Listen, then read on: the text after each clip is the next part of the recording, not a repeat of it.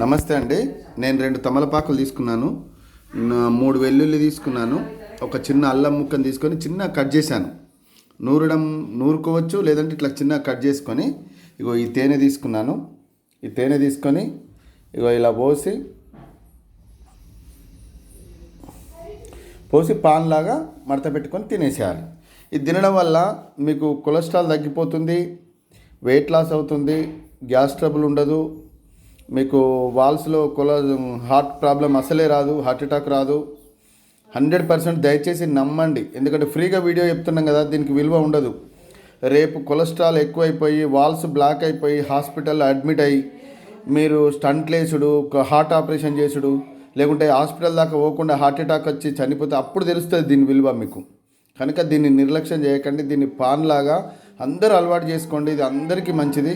పూర్వం పెద్దలు పాన్ ఇచ్చేవాళ్ళు. ఎందుకు ఇచ్చేవారు?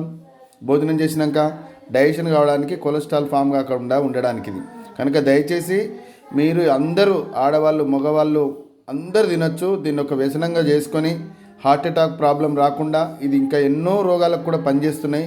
దయచేసి నమ్మండి. మరిన్ని వివరాలు తెలుసుకోవాలంటే రమణ ఆయుర్వేదిక్, ఆదర్శ్ నగర్, కొరుట్ల 9440542268. దయచేసి అందరూ వాడండి. అందరూ హార్ట్ అటాక్ బారిన పడకుండా కాపాడుకోండి.